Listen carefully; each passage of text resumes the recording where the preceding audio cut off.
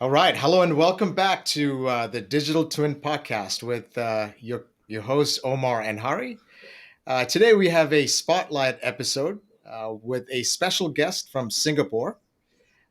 Please welcome Professor Sattar Bawany. He's the CEO of the Center of Executive Education and Disruptive Leadership Institute. He's also the author of two books.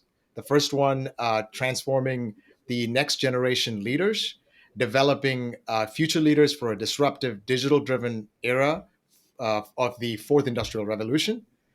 And the second book, most recently, Disruptive Leadership. Welcome to Thank you the so much. podcast, Mr. Bawani. Yeah, Yes, thank you, welcome. Hari and Great to Omar, have for you. having me here. It's my pleasure and very early morning.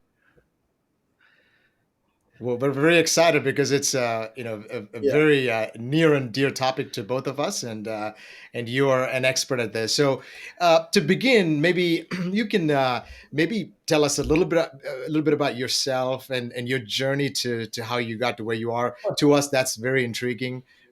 Your yeah, journey, sure, so sure. that'd I be a started, great start for in us. healthcare industry, back in 1979, 1980. So it was quite long time ago. As a sales rep, sales representative, doing medical healthcare devices, pharmaceutical.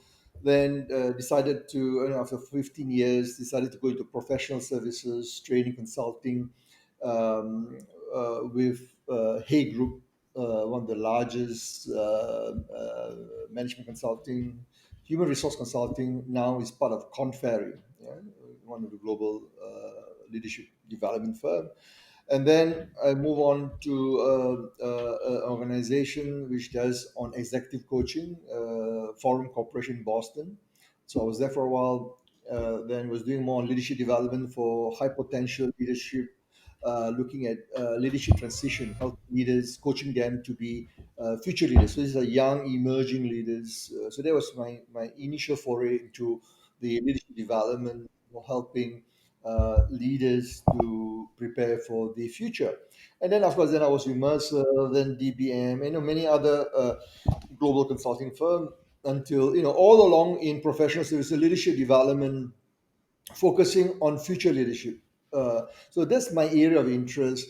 And since then, besides doing executive coaching, which is one-on-one, highly personalized, contextualized leadership development intervention, I also does a leadership workshop masterclass, helping C-suite leaders to work together in tech team to help them to navigate tomorrow's challenges and how to be able to prepare the leadership team to manage disruption, in the future, and especially in the world of the in the fourth industrial revolution that we are in today. So that's how I started. So I was not um, consultant all my life, but the first 15 years was a business leader. But I'm still running business. I'm a practitioner. I'm a professor with various university, Okay. in disruptive leadership with the IPE, a management school in Paris and London. I'm also Okay. the Asia University in Kuala Lumpur, the professor for management in organizational behavior, and I was on the board of the Curtin University in Australia, where I did my undergraduate, and also adjunct professor there. So over the years, I've been an adjunct professor for more than 25 years. And that is more a passion to teach adult learners, not students, but most of my students are adult learners, CEOs, senior business leaders who wants to undertake to go through, leadership or executive development themselves. And that's how I learn from them. So that's how my journey is, from a business, moving into consulting and now teaching, but all together. So in a way, it's a unique combination from academia, business, and consulting. So all three into one. It's a long answer to a short question. So it seems so that it seems like No, you that's yeah. So yeah. it seems like you have a lot of stories Mm. and a lot of perspectives from a lot of Yeah. previous students, C-suite. So you have a good idea what challenges they're facing and how to help address with different Yeah. aspects. It seems. And it would you say that most of the the effort has been around organizations that are larger, startups. How would you describe the overall, blend of that? Because I think in the world of disruption, we see to have a startup, mentality coming in and really trying to disrupt the big dogs and the big organizations in our industry. And I think what I'm kind of getting from your books, that how do, the disruptive times, right, the disruptors out there, how do you handle, how do Yeah. you become agile, how do you really play in this Yeah. space, No, right? first of all, Omar, the my work encompass from startup to small medium business, or in Singapore we call it small medium enterprise (SME), and to large MNC global like Pfizer, the Citigroup, um, uh, GSK, GlaxoSmithKline, or Boeing, General Electric. So it's diverse, very diverse. The challenges are similar, not the same, but similar. And one of the biggest challenge I would say is to help leaders to prepare their successor or future leaders. It's part of, and I learned something from the late Jack Welch, Mhm. from the legendary CEO from General Electric. It's something which I met him back in 2000 in New York, and something I learned very profound. He says that the role of a leader, and it was in a convention. He said that the role of a leader is to develop other leaders, and GE is known for the GE Crottonville Leadership Yeah. Center. And what I learned from him, very profound, that you are not successful until you're able to ensure the success of your successor, or to ensure that you prepare your future leaders. This is one thing that I found, whether you're MNC, SME, startup, we tend to forget. We tend to focus on ourselves as leader, and we forget that what is important is how do we prepare our successor, and how do Yeah. we help them to be successful in the future. So these are the high potentials, emerging leaders and so forth. So the what you asked me, what the challenges, the biggest challenges, the one, as I said, to find prepare for future leaders.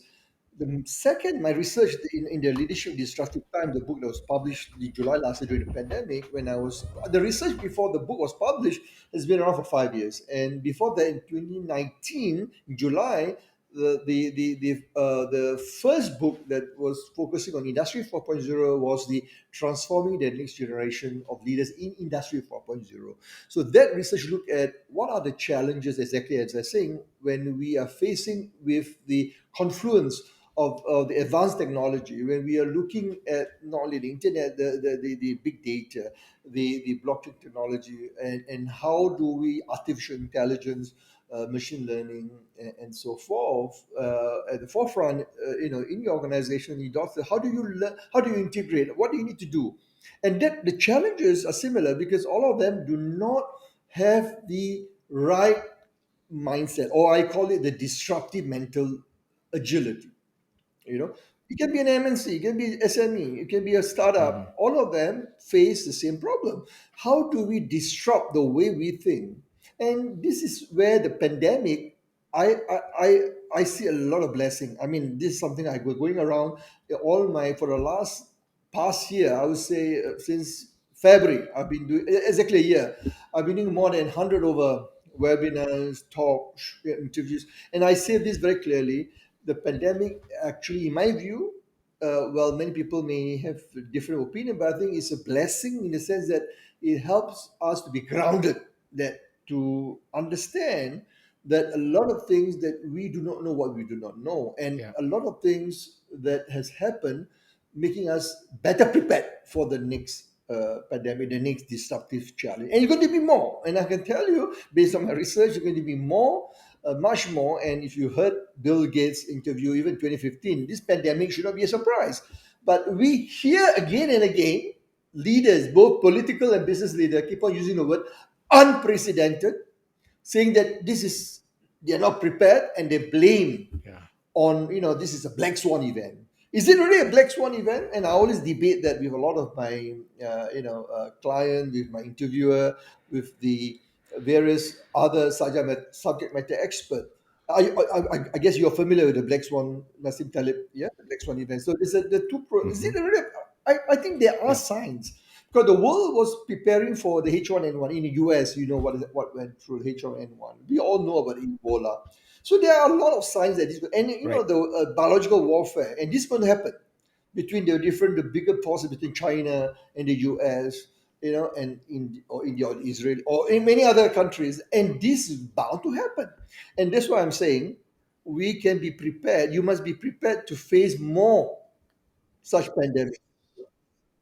So that's a very Right. interesting point, Harry, because I think we mentioned that about, you Mm. talk about disruptive leadership, in traditional organizations and business strategy and planning, we look at a horizon of 2 to 3 to 5 years. But when we talk about disruptive leadership, we have to be a little bit more agile. It looks like it's more short Mm. term focused. That, when we talk about the leadership skills of bringing your Yeah. organization on a vision and mission, how quickly that changes and how you build that cohesiveness with an organization can be a very good challenge. I mean, in this day and age, it seems, right? I mean, you laid out the pandemic is a perfect example of how quickly everyone just loses No, their Omar, bearings exactly what you sometimes. just said. That what is lack is not about short term or long term. The key consideration here are people ready. Do you have what it takes to manage those challenges? It can appear any time of the a day. It can be whether 1 month horizon or 6 month, 1 year, in 3 years or 5 years or 10 years. The question is the disruptive mental agility or the set of what I call the disruptive leadership competency. Another, exactly, You had exactly. So, listed so Yeah, six do I leaders saw have that. those Yeah. competencies, six right? Yeah. competency? And Yeah. the underpinning, as you mentioned, Omar, correctly, is the agility, mental agility, resource agility, whether they have the social capital, agility to maneuver. And the most important number one is developing the cognitive readiness, the mental agility, the innovation, the ability to disrupt the status quo, the ability to think through the problem before you devise a solution. So my question is this: are leaders really ready? Are we providing leaders with the right set of skills, the development opportunities to prepare them for such pandemic? So it's not about, you're right. It can be a short term. It can be something that's happening now, and it's about critical thinking, not Yeah. creative thinking, not strategic thinking. Because those we know what to do. We need to think out of the box, try to brainstorm. And we talk about strategic thinking along. No, it's Interesting. about critical thinking.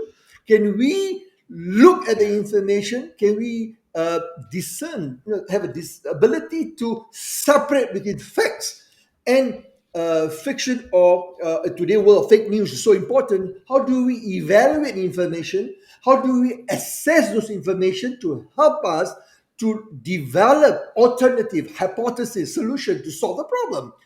Because if you're not able to do that first, we cannot solve the problem. So right now, what is happening? People try to jump and solve the problem. So when we hear the word during the pandemic, the one, if you can Google it, you see the one most common word that being used: unprecedented. So the question is, They overuse that word. I have to be honest with you. That word and almost I is blame the like nothing politician anymore. also. The politician used that word because to escape scrutiny. Oh, sorry, no, we cannot do anything much. What can we do? Okay, we'll come out with some financial, fiscal measures. We come out with all these things. We tried. We tried. This never been done before. Rubbish, bullshit. I mean, what is important?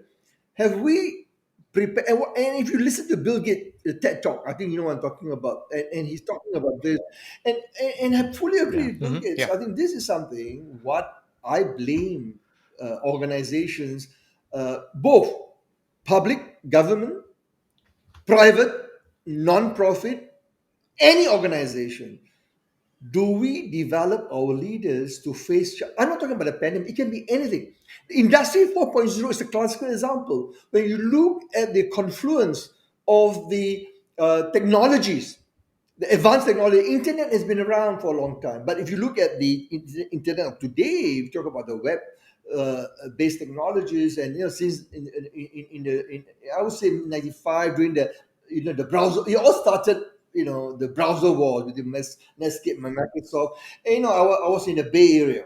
Yeah. And back then, I was fortunate. I was, Golden Gate University. I did my master's, but I was very fortunate. I was in the right in the middle of all this. I was in San Jose, and but I experienced it. When I come back to Singapore, people say, "Oh, okay, in the region, people think, oh no, well, it's still a long way to go. This is not something." I said, no. I said, this is, and when the dot-com bust happened, that was when I started to ask myself, what is going on in 2000? 2000, I don't know, you're still, both of you are very young. I don't know whether you remember the dot-com bust. For me, I'm just, Yeah, I I you was was know, here. here. I was. no, but I was let me definitely tell here. you, I was. for me, it started back in the 80s during the oil crisis, and then the most profound disruption for me was in 1997, 98, when the Asian financial crisis in Bangkok started, from Bangkok, Thailand, to Malaysia, Singapore, and the region. And it was Asian, specifically, it was in the financial sector. It was the first time I was with an organization called Hay Group, and I was looking at leaders. They're struggling, many of them struggling. They don't know how to manage, and that leads to a lot Mm. of. But that disruption was focusing on the financial services, specifically in Asia. Of course, then you Yeah. look at dot com 2000. What happened in Right. 2000 was the dot com, this, over inflated. Look at the overpriced startup, the hype, gone. And then that's where then we have in Asia, we have another crisis, disruption, the SARS, the predecessor to the COVID-19. And I was Oh in yeah. China. Yeah, yeah. Before H1N1, it H1N1. was SARS, Yeah. was Yeah. 2003. 2004, and he was focusing mostly in Right. China, Singapore, Taiwan, Taipei. I mean Taiwan, and this Hong Right. Kong. And of course, now we have, of course, then we have the GFC, 2008, 2009. And I'll tell you a lot of stories later if you get examples where this disruption is really the GFC, the global financial crisis. And fantastic, a lot of stories. I'll tell you, leaders are struggling. CEO, biggest organization that I've worked with, coming to me and saying, we don't know what to do. We don't know how to do it. It never said, So, so So let me yes, ask a that's a question very on that interesting though. piece there. Yeah, go ahead, Harry. Yeah. No, my yeah, question is probably around what you Yeah, just said about the large organizations. And yeah, you said you consulted with the CEOs yeah, of large organizations across many industries, right? And what we see today, even when you look at yeah, any tech companies, San Francisco, or look at any industry for that matter, the ones that are disrupting the yeah. industries are the smaller ones. And obviously they Mm, seemingly have a certain breed of leaders. And I have worked for the mm, smallest company personally work for is 2 billion, and so I, mm. I I know how large companies work. So do you see special set of challenges that leaders face in large organizations that have embedded culture, and do they need something special? I mean, are those leaders something you can build on, or Yeah, train and coach, because you're in that business, right? Or is it something where you have to come you from start that from the top, culture, and right? yeah, the board Hey, we says, need a listen new guys, leader, or can we train we got a one? clean Yeah, we got a house. clean house, or we have to Yeah. bring in a disruptive leader, right? I mean, this is the answer. Everyone's trying to figure out, is it possible to be a disruptive leader? Can you train? And I see both sides of the equation, and I see companies doing both, yeah. and it's almost like they Excellent don't know question, what to guys. I do. think one of the things that in back, I can't remember. There was an interview by one of the leading magazine. The the question I was asked is similar, but that was back in 2005, 2006. Was this what would be the or rather my perspective about the startup, what can we learn from start so between startup and the MNCs, the global enterprise. So my my point of view at that time was say, look, the CEOs of large organizations, large enterprise, could learn a few things from startup founders, startup leaders. Number one is about agility. Of course, we always say, oh, when you're small, it's easier, you can move, you get more agile, nimble, you can maneuver. It's true. But what is important is about the Yeah. disruptive mindset. If you look at the innovation driven organization, whether we're talking about Uber, Google. If you look at all the latest Netflix, all the latest, some of the latest startup, what is common is the Yeah. founder, the passion, the creativity, the Hmm. culture of innovation driven excellence, the exactly, and the Top down. ability to accept they don't have all the answers, and this is where I would say Yeah. some of the startup that I work with, the CEOs acknowledge that they may not be a good administrator, they may not be a good CEO, and you see many examples, whether Netscape, Hmm. whether even Steve Jobs himself in the earlier part before he was fired. I'm talking Yeah. about the first when he found John Hmm. Scully to be the CEO when he knows he's not the right person. So Yeah. Even exactly. So Yeah. my Even point Google is, founders did that, right? yeah, exactly. What's his name? Yeah. This guy who then become Alphabet, the chairman, was uh, in the Google, the first CEO. Yeah. Gosh, Um, yeah, Sir, it not, just skipped yeah, my yeah, I'm mind. blanking Anyway, I out know. also. so Was it Smith? No, yeah, so Eric Schmidt, Yes. yeah, yeah. Yes. So that's a good It's Eric example. that's And Schmidt. right. you, as That's right. Yeah. for the lesson that you can learn from startup is that we may not necessarily be the right person. We must acknowledge it's about humility. Hmm. It's about developing high level self awareness that we Yeah. may not be the right person for that role for that time. But in many organizations, even large organizations, they okay, you're the anointed success. I know everything. I'm lack of humility. So in what we Yeah. can learn, and board, you're right. If you look at many organizations, the board will decide, yes, who are and usually they look at inside talent, which is right. I always believe Hmm. to build and buy. In other words, how can we develop the talent within the organization? And this is to demonstrate to the people within the organization that we believe in you. We provide the opportunity, we provide the right culture to thrive, to That's interesting. excel. But there will be time when we do not have the right set of leaders with the right set of competence, or the right leaders with the right set of competency. Therefore, we need to look from outside. So the question that you asked about disruptive Yeah. leadership, this is what is Right. lacking today. Yeah. But the good news is that we can develop them. And I've done it in Malaysia, Singapore, India, China. I've done Gotcha. many times and it can be done. The question is, are you prepared to invest? Are you prepared to challenge the status quo? Are you prepared to be able to disrupt your thinking? Now, exactly. So I said You it's also number have to one. admit first, right? Well, I mean, I And think this then is a very this is a very very. I mean, it's very obvious. I think, right, with multinational organizations, they're ingrained in their culture. They got their values, and then disruption comes, and you already have all your succession plan already ready for everyone that's going to come up. But the disruption Yeah, changes all yeah. that planning, and this is exactly what you said. How do you have to look outside, and when you look outside, the outside, champion coming in has got to turn this behemoth organizational engine and culture into the culture that he wants You know, overnight. it's interesting, Omar, as you were sharing that, the situation scenario. I'm reflecting, and uh, it just dawned on me that something, exactly similar, a same situation in Bangkok, one of the largest institution, and you have they brought in, it's an education institution, they brought in an American. Interestingly, is a U.S. Marine, a very senior officer for U.S. Marine, and mm, style of leadership. And I mean, this guy read my book, called me up, say, mm, Prof, can you, what I've read about the VUCA, in the U.S. military college, we went through that, and I look at your situation, your examples you give, and I'm still struggling. Why? I said, why? You are very senior, and these are.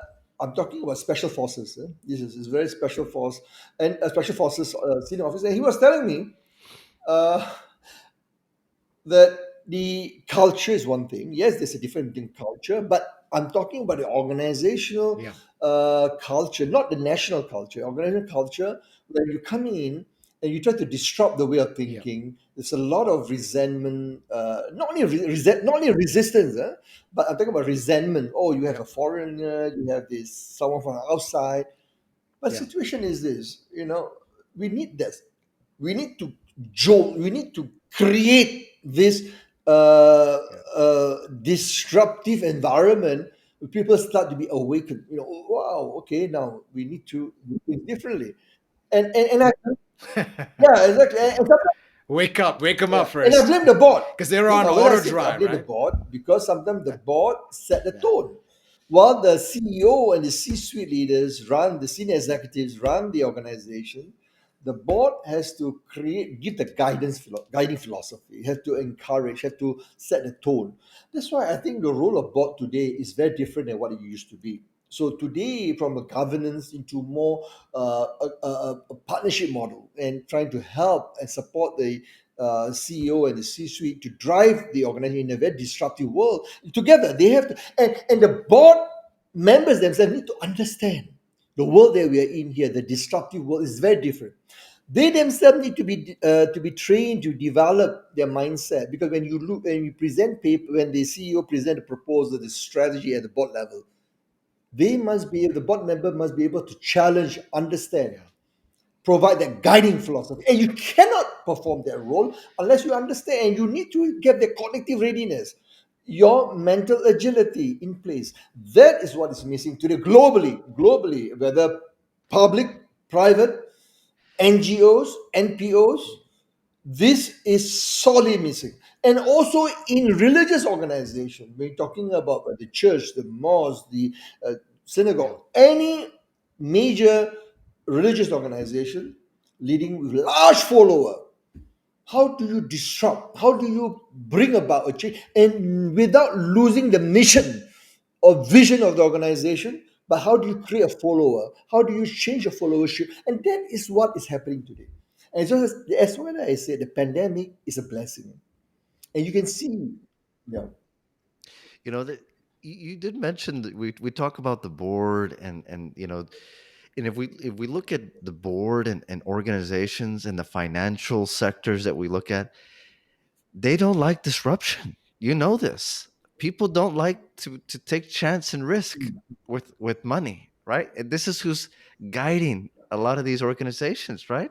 So in a sense, you know, they're trying to hold on to a little bit of a something that they know and for sure, but the disruptive technology that we're living today is surpassing a lot of the control that used to be there. It seems like There's two yeah, elements to that, though, right? One is the yeah, yeah. financial, which is you have to deliver quarter over absolutely, quarter. But the other element is, hey, I'm comfortable changing status quo might affect my company's current income yes, streams, right? And so taking a risk means risking Yeah. everything I have, including my own job, right? And No, I'm actually, not sure you're running into this. You brought a very good example of the financial services, and let me tell you, organizations like CT, Goldman Sachs, investment banking. You're talking about retail banking globally, Standard Chartered, human HSBC. All these organizations are today reevaluating yeah, how the blockchain technology is going to transform. Now, the reality is yes, this, whether we like it absolutely, or not. Yep. Of course, what is very sad when I talk about blockchain, the first thing that everybody will think about is Bitcoin. And Bitcoin is only one application of Yeah. cryptocurrency. There are 5,000 or more in recent research of cryptocurrency, but happened that Ethereum, Bitcoin, because of today news, look at where Bitcoin is. But the application of blockchain technology Yeah. is huge.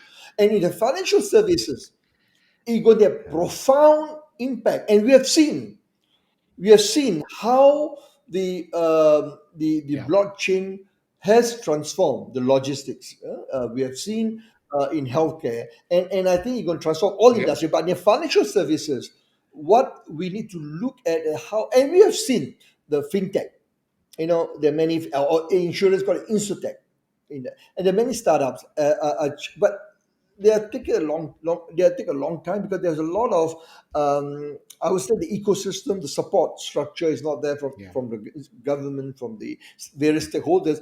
But the financial service is going to be disrupted further. A good example in Singapore, in my book, in chapter 5, I talk about a DBS Bank.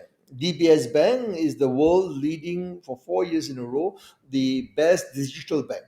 And Piyush Gupta, the CEO, was from Citi back in before 2009 when he took over after the GFC, global Gotcha. financial crisis. He came in, he totally destroyed, and his mission is simple: while we stick to what we do best, DBS being a local Singapore bank, a regional bank, but we want to transform and disrupt the financial services before we have been disrupted by the platform, organizations like Alibaba and and many other Chinese, Right. players. This is an example of disruptive mindset. A leader, Piyush Gupta from DBS Bank in Singapore, he decided, he went to the board and says, look, we anticipate, and this was back in 2009, 2010, after the GFC, and he's anticipated that, look, we're going to face this down the road. We're going to have people at Alibaba coming in and trying to disrupt and go into our space. So what do we need to do? We have to go and decide to be ahead of the curve. And that's what they did, and they transformed. Now, what I Mhm. believe the financial services industry is yet to see the full disruption.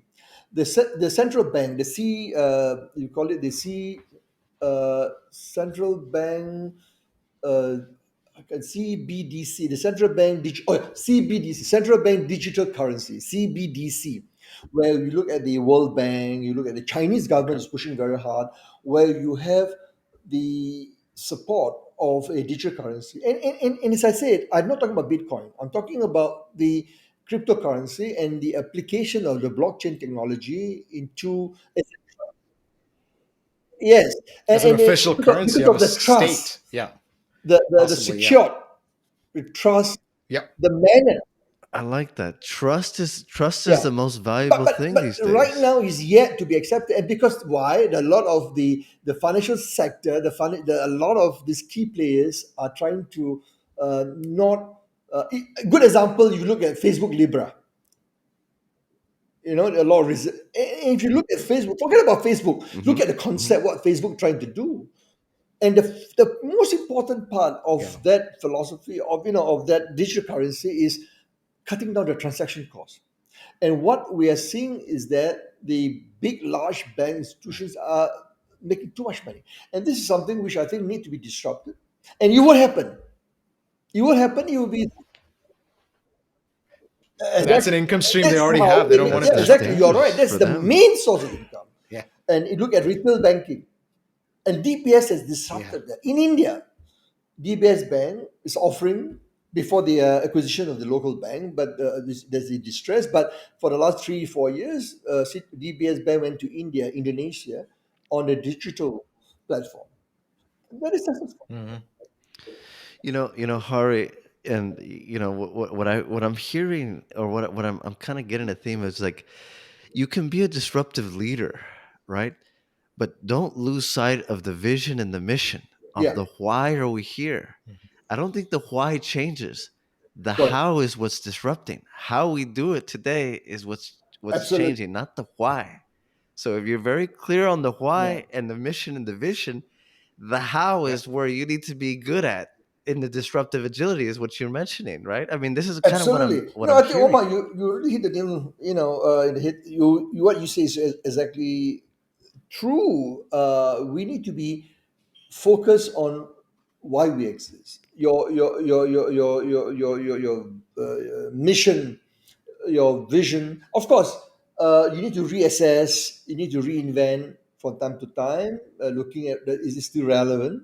Hmm. Your guiding philosophy, your values may change, but then, as you correctly mentioned, and I always ask this trick question when I talk to client consulting, and when I'm giving advice coaching: where are we today? Looking at your own business, where are you today? And this is the pandemic is a good starting point. I ask them, where are we today?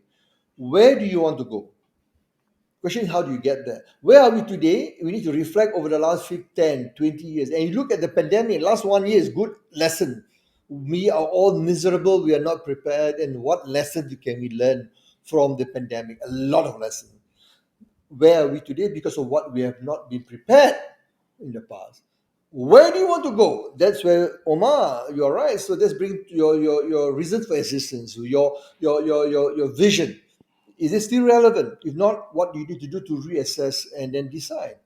And then how do you get there is the most important part. Because if you define the first part is easier. Where we are, you do your SWOT analysis, you do your analysis. Where do you want to go? Yeah, do your your goal setting, your do your balance, all your objective setting. Easier. But now, how do you get there? As a CEO, I always tell my team, and the same thing I advise CEOs. It's easy to come up with the strategic goals, business strategy. You talk about porters, it's easy. I mean, honestly, I've been teaching this for so long. It's easy. I'm telling you from personal experience as a practitioner, as a CEO, several organizations over the last 25 years, and currently also running organizations and also advising other CEOs. The biggest challenge is execution. How do you get people rally behind you to execute? That is where I talk about disruptive leadership, because many of them are not able to demonstrate what it takes to be successful in the future. What get you here will not get you there, as Marshall Goldsmith, the legendary executive coach who endorsed both my books, and he says very clearly that what the skills, the competency that bring you to success today will not necessarily will bring you to be successful in the future, unless you are humble enough to acknowledge, yes, I do not have all the answers. And this is where I advocate a concept called reverse mentoring. Reverse mentoring means I learn from people who are age of 25. I mean, tell you, I got three mentors. Two are, and for over the years, they are called master mentor who helped me. They are in the 80s. One of them is 85. One is the 82 in the US who helped me. Also, one is in the UK now. Who moved to UK. One's in Texas. The other one is in Kent in UK, helping me to reassess myself. Even I need that support system. Then I have a 26, and I have then It's a wait, very Omar, I have a interesting concept. 26-year-old mentor who is guiding me, even at my level, to help me to understand the latest technology. What is general machine learning? I know you know AI. I know you know what is machine learning. What about general machine learning? Talk about general artificial intelligence, where we're talking about how do we move to the stage where we talk about robotic applications. People always talk about the lack of the thinking, the way, the creativity, the empathy, and all that. But now there's a lot of research into that, into general machine learning, and then the cobot, collaborative robotic in manufacturing. Huge application. You look at the Japanese company, Hmm. German. They are now looking at how we Yeah. can have. In my book, I mentioned about the collaborative robot and the industry 5.0, which now is in the in the healthcare industry, the nanotechnology. How do we apply nanotechnology to bring in an ability to deliver services, solution, healthcare uh, treatment on a individualized basis, what we call mass customization, one on one. For example, if you are a diabetic patient, how can you now have a treatment, an insulin, or any other medication that can be individualized to that person based on using data analytics, looking at the person's history over a certain period, and provide that. And that is the future. And this is already being done and research as I say, in the pharmaceutical healthcare. But you have not seen that. This is industry 5.0, where you talk about customer centricity to the extreme. But the concept is not new. Omar, hurry, it's not new. Actually, Michael Dell did that in 1980s when he came out with the PC mod. When we're talking about the mass customization. But of course, that time technology, yeah, Yeah. but the Yep. I technology Yep. was not remember there. What that. he did is, okay, he used the internet to the supply chain was disrupted, and he provided that ability for you to choose what you want. Yep. But today is very different. Today the technology is there, and I see the way forward. We're going to get after the pandemic and the the era of the post pandemic. What we can see in chapter 10 of my book, you guys, you read the way forward is that we're going to see intense disruption from a digital transformation, the new way of working, the changing world of work. The gig workers is going to disrupt the way work is going to be delivered. The future of work is so different in the next 5 to 10 years, and a lot of company is not ready. Now, this is I'm very worried because we are going to be really Mhm. be left behind. So leaders, organization, government, institution in Singapore, the government is very proactive in trying to provide support, infrastructure, guiding, all sorts of support to get people to ready for the changing world of work. This is coming. Y- I think Hari, we Hari and I, we did something on this, and I think I read this a little bit Yeah. in the book as well about the the fear, right? The technology and the change is happening very quickly. The structural adjustment, right? That needs to take Mhm. place. The retooling, the jobs of the future. People are very, you know, concerned. Am I going to be able Correct. to survive in the future? Should I just go find a skill? Or am I going to be a coder? What do I need to be, right? And this is the biggest concern with 5.0 or all the way up to 6 7.0 Mm. as we start to get further along this digital journey. Omar, you asked a very good question. What I in my book I talk about knowing, doing, get. What you just expressed, many of the CEOs, CHRO, business leader, they know knowing, doing, they knowing about it and doing something about it is different. So what you just mentioned is a dilemma that many organizations face before the pandemic. The blessing, okay, one of the blessing of the pandemic, I see it accelerate the digital transformation. We work from home and we're looking at people now to make, in the first 3 6 months, drastic adjustment, leveraging on technology. Zoom become adverb. Zoom is now looking at how Yep. video.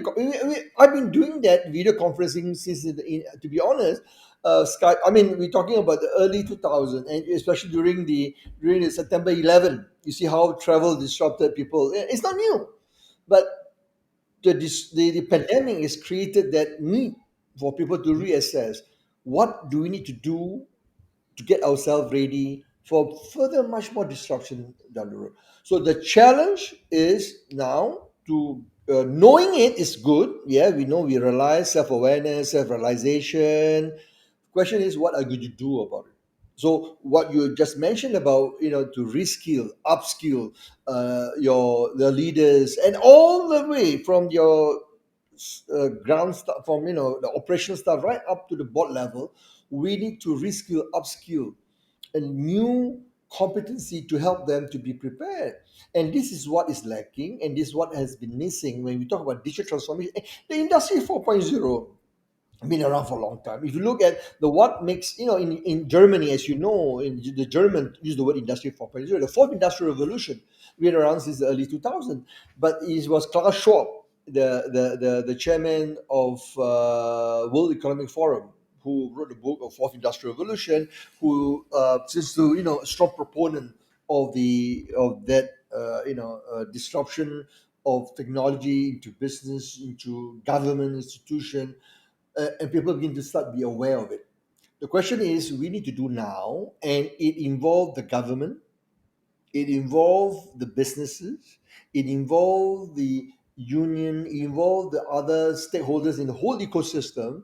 The not everyone has to come together. So Yeah, everyone has to be involved.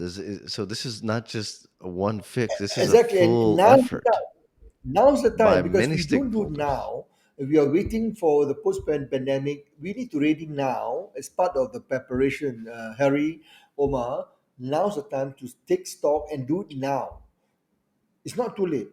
now to prepare for the new normal in the world of changing world of work or the future of work in the next 5 to 10 years.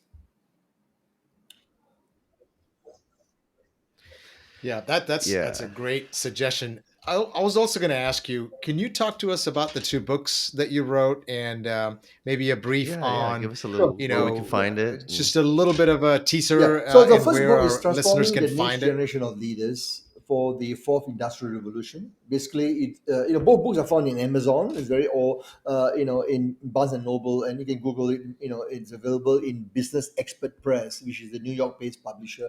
Uh, it's available worldwide.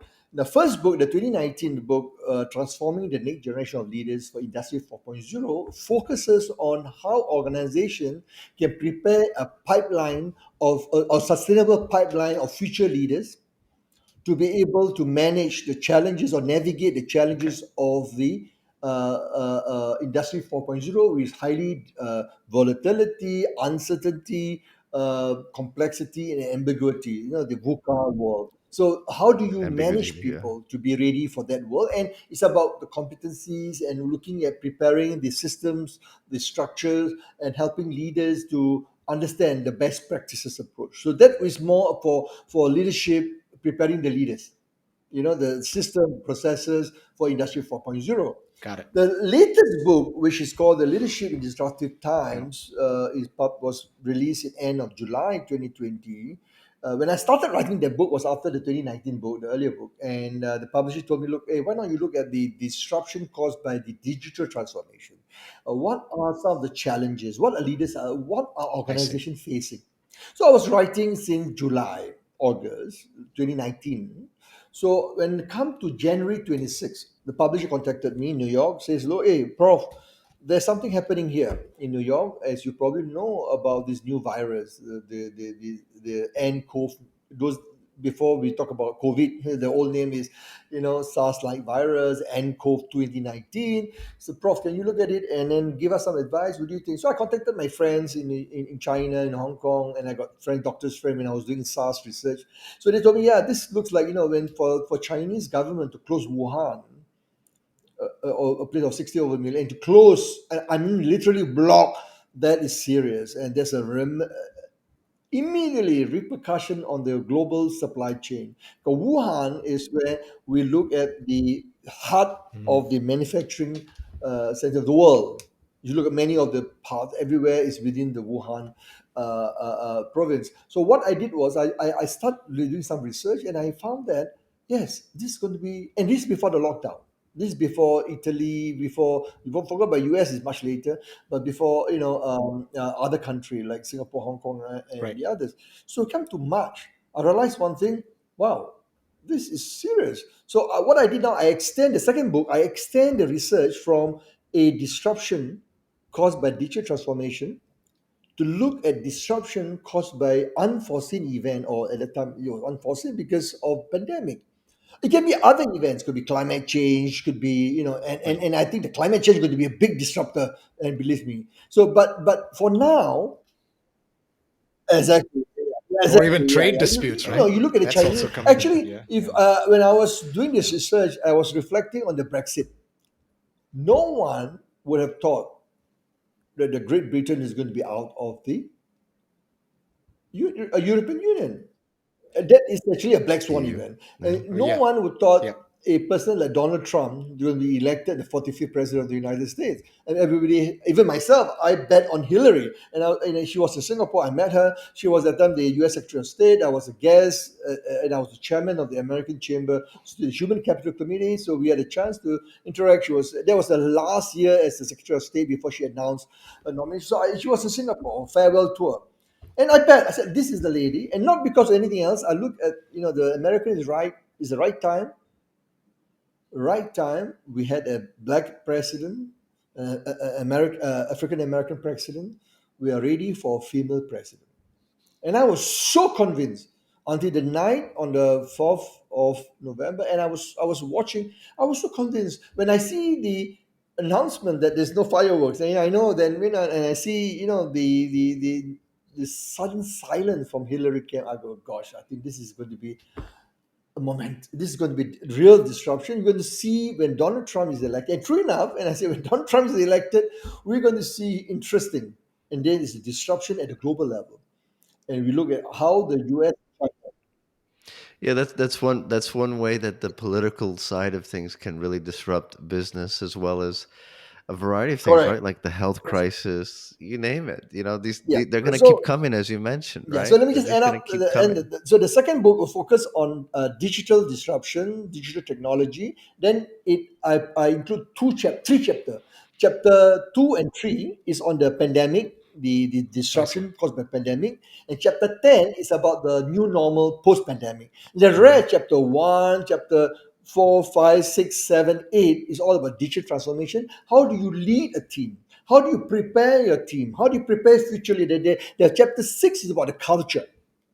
How do you put the culture that is ready to take on the framework, correct, the framework of the That's a digital big one. disruption culture. That's a Chapter huge. 6 is more important because how do we prepare leaders, what I call the disruptive digital leaders of the future? That is where the framework that the six competency, Hari, that you talk about, that we develop. And one of the competencies is very clear Hmm. is what we call the disruptive mental agility. And the rest are all agility, resource agility, the Hmm. people agility, the innovation agility, and all is about agility driven. How do you, and the change is so immense.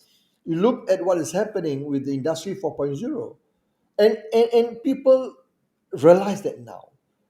And the good news, as I said, the blessing, as I said, of the pandemic, people acknowledge they have been putting on hold the digital transformation too long. And in my book, I talk about examples why we need to do that and how. It's not only what and the how.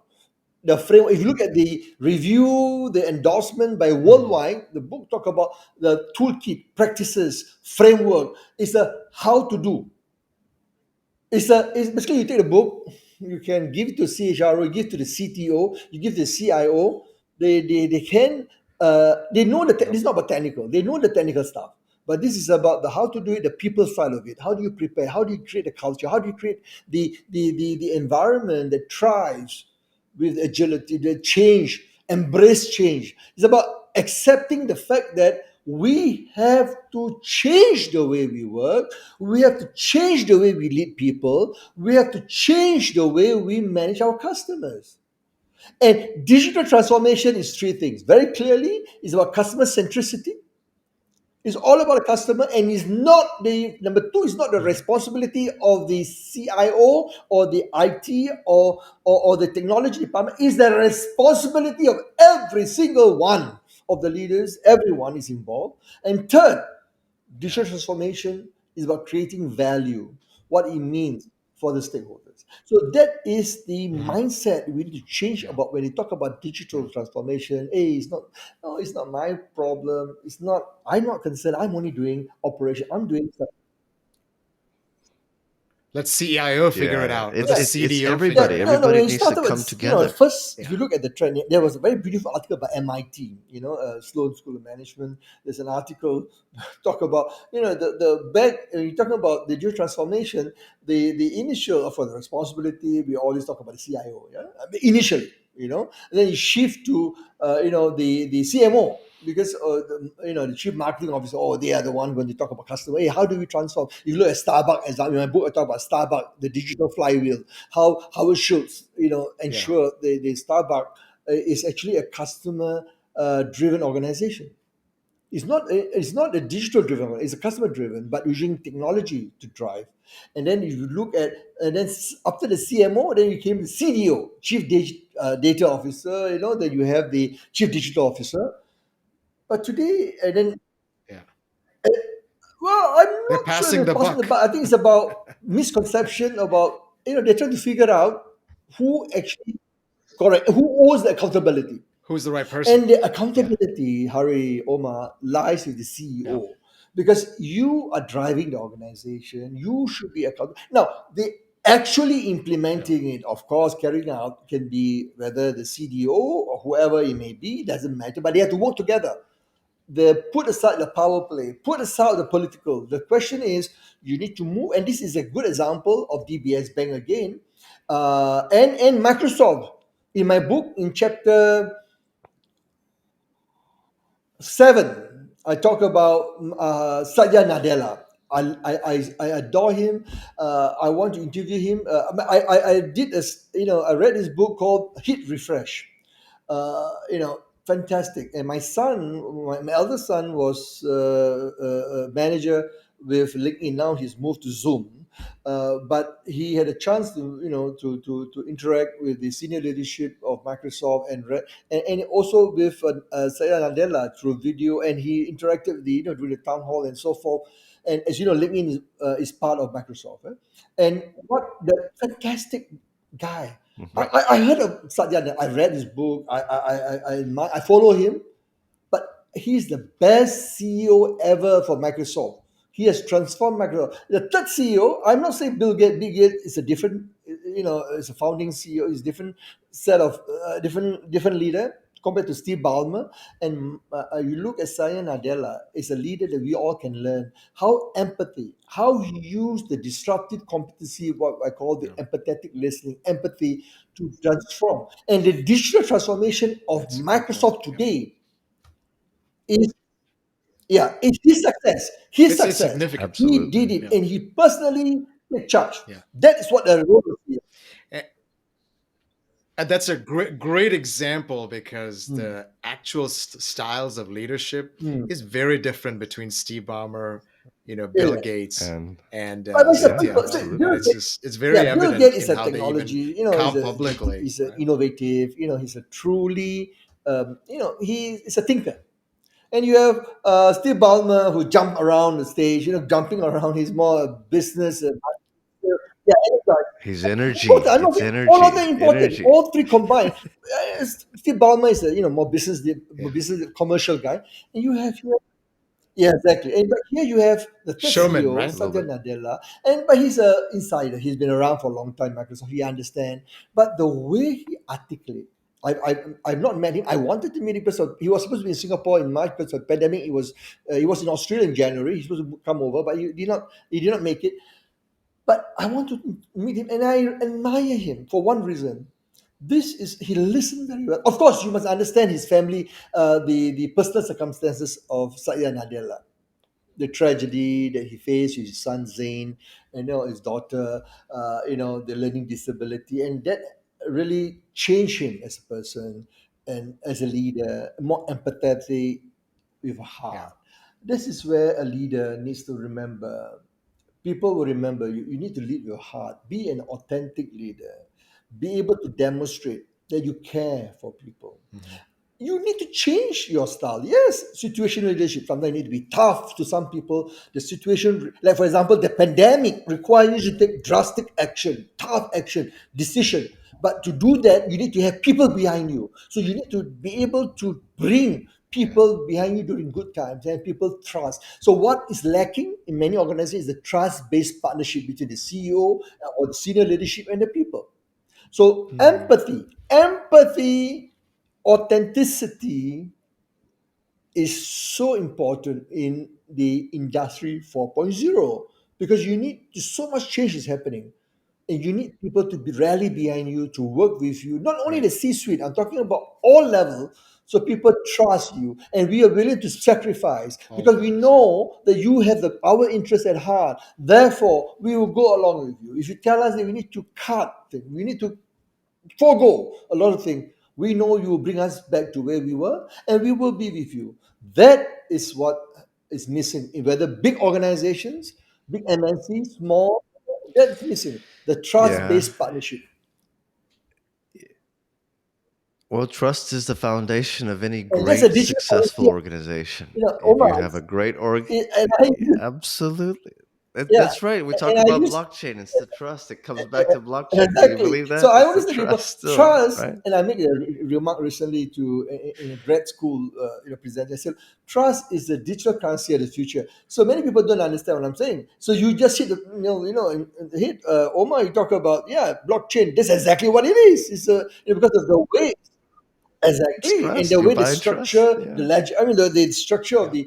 the blockchain, the way is able to secured form of transaction, and I think that's where there's so much. And I'm so enthusiastic about the potential about the blockchain. But I'm sorry to say this, almost everyone I spoke to, whether government, private, leader, business leader, the first thing they tell me, Prof, blockchain, oh my God, are you talking about Bitcoin? No, no, no.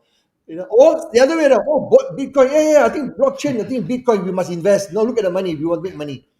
That is all they think about. I said, my God, Bitcoin is one of the 5,000 of the cryptocurrency which leverage on the blockchain That's right. technology. The blockchain has been used right now Technology. Yeah. successfully in the supply chain, logistics. You look how he has transformed the logistic. Look at education. Look at the blockchain in healthcare. Look at how the blockchain can transform public service, secured way of offering services in the public service, in the government. So I'm very enthusiastic. I'm very enthusiastic.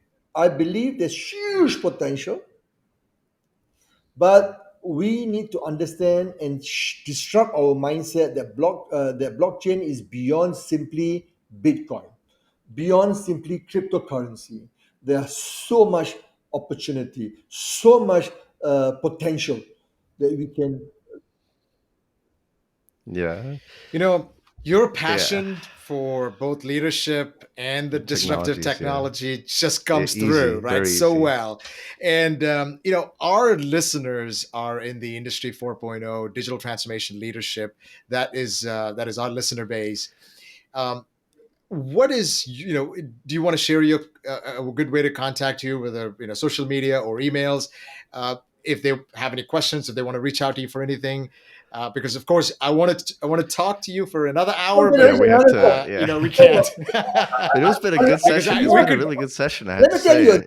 we're gonna have to go Ari and we're gonna Omar, do you this Part guys, again. I two. love this Part because two. it's very free flow. I enjoy it's a dialogue. I've done many interviews, TV, and I've done many, virtual interviews, and sometimes very structured. The newscast. I think what I like about the way you guys is very informal. So that's how I talk to my grad students, to CEOs, participants. So we can arrange another session with Good. more focus about an area that you look at, and I think we can talk about manufacturing or talking about a specific industry. Okay. That's fine. But I think what I like about you guys, you covered quite a broad area, and I think it's food for thought for your listener. You ask me how am I? I'm Mhm. contactable by LinkedIn, Twitter, many other. But I use LinkedIn a fair bit, so you can find me. My LinkedIn handle, is Bawany, so you can find easy. But what I think is important, if I were to leave one thing with everyone, is that please remember this. Uh, one thing is humility. Acknowledge that you do not have I do not have all the answers. I mentioned about reverse mentoring, where I'm learning from a younger Gen Y technology, someone he's a grad for MIT, so he's helping me, young grad, he's helping me looking at all the late, and I was amazed. And there's this younger Gen Y and Gen Z, which the digital natives, those are born between 1995 to 2010, that group, the Gen Z, this group, phenomenal.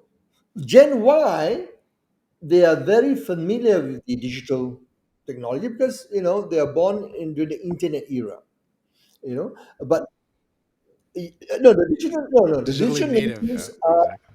yeah, What Gen Z, because Gen they Zs. are so used to the tablet, to the technology. They Let me tell you a story before we end. If you can, I'll tell Touch you a very screens, interesting. right? Yeah. 2 years ago, yeah, I'll tell you something very interesting. I'm going to tell you something. You guys, Yeah. you guys are too young. I'm not sure. I'm just joking. But 2 years ago, I was invited to speak to in Singapore. No, no, 3 years. It's 27 2017. I was invited to speak to a university student. So I brought the topics about the path to the future, the digital revolution. So I brought these two things. I brought one is I brought floppy disk, the 5 and quarter. You know what I'm talking about?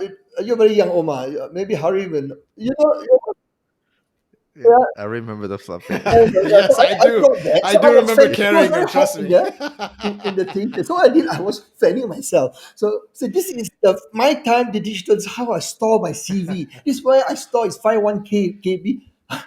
Bro, why are you talking 51K? Not even one picture. I can even no. This is how I store. And we use application like Word Perfect. I don't even know Word Perfect before. Yeah, novel, Yeah, I do I know built a that. stack Lotus Yeah. like one this two many three, Lotus one just to two get. three, and all that. So I was like, this is how. What the hell is that, bro? And then I took out the three and one half. The small A drive. The A drive floppy, much more sturdier, much more Yeah, yeah, yeah. harder. Yeah. This is another version. Oh yeah, that one I think I seen in the museum. They're saying, but Yeah. the mine, the floppy, I was. So this is how you store data. Then I told them, okay. Then I on the sound. So I said, on the sound from from YouTube. I Google it. I said, look.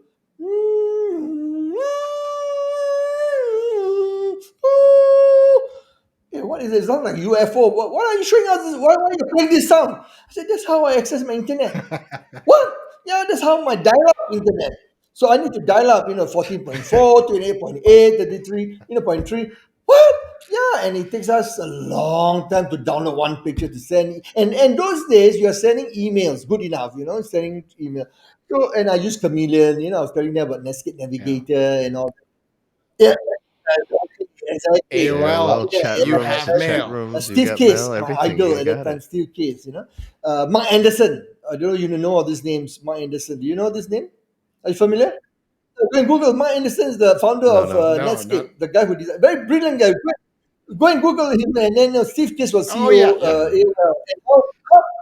And They took him out. I think no one Microsoft who wanted could to take him believe out, that you right? have an organization like AOL can acquire Times Warner, Times Warner, and that's very interesting. Anyway, so just to end Yeah. this, so I played that sound.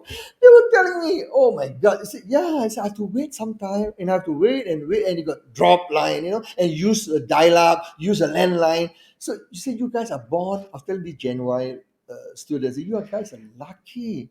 You're born in the era of the digital. You're experiencing, and you wake up, and you only know the internet is there when the internet is disrupted, and you say, "Oh my God, the whole world is collapsed. Oh my God, my whole world. I cannot check my Twitter. I cannot check my Facebook. Oh my God, I don't know WhatsApp. I don't know what's going to happen." And they got all like my younger niece and nephew, my son, the younger, they all get so worked up. I said, during my time, we had all this thing, but we still survive. Life continue, of course, but we need to adapt. We need to adjust. So my story, the end, the thing that I want to end, by saying this: what lesson can we learn? So I think my advice to everyone, including myself, I always remind that humility, that we do not have all the answers. Number one, that Mm. you must acknowledge that there are others who can teach you. That's why the reverse mentoring. Second is about learning agility. Learn, unlearn, relearn. And this is where Alvin Toffler, talk about, when you wrote the book, the future way of, I can't find the title, but Alvin Toffler is a thinker, futurist. And I think what we need to do today is to unlearn, unpack what you have learned in grad school, because a lot of things has changed. We need to adapt and learn. And lastly, most important, after you've done the first two, you open up your mind, humble enough to learn. Then that's where your agility mindset. Yeah. Then you learning agility more, learn new things. And the third one, the most important for everyone, including business leaders, organizational leaders, non-profit SME, whether big, large, government, is the knowing doing gap. So now that we know, we have learned, we disrupt our mindset. The question is, what are we going to do it? How are we going to do it? The doing gap implementation. And to do that, you cannot do it alone. The world today is very different. You need to acknowledge there are people around you who can help you, who can support you. You may be the best in what you do, but all of us has blind spot. All of us have blind spot. We need to ignore, even like Bill Gates, Eric Schmidt. You Google on YouTube, you find they talk about coaching. I always tell my CEO coach, some of them very, I've coached some, you can find the names on my website. They give me permission. I publish them, the testimonial from them. Some are top world-class CEOs. And when I first met them, they told me, why Why do I need coaching, Prof? And okay, the board will tell me, can you come in and help this guy? He has a lot of value. We want him. We want him. He has so much, testing knowledge, so much technical capability, but the people skills. He really rubbed people in the wrong way. About social, emotional intelligence. Can you help him? So I always tell these people, no, you're good at what you are. It's good. But you need to acknowledge that you have blind spots. Just like me, you all have dark, we call it, the dark side. I have my dark side. I have my derailers, but I have two senior mentors who helped me to coach me, who have gone through very senior CEOs who in the 80s. My point is, we have to accept that we are all students for life. We Mhm. cannot stop learning, and I believe I will stop learning the day I die. And this is my philosophy. I communicate it to my sons, to my nieces, my nephew, to my students, to my staff, to everyone. Learning is for life. The day you stop learning is the day you're dead. And this is where we need to accept the three things: humility, learn, unlearn, relearn, learning agility, and fourth is knowing, doing. How do we close it? How do we execute? How do we build a ecosystem? How, in chapter 9 of the book, I talk about the team. How do you bring about a team? How do you bring them together to execute your digital transformation strategy? You can't do it alone. You can have the best degree, get the best team from Harvard, Stanford, MIT, the best in the world.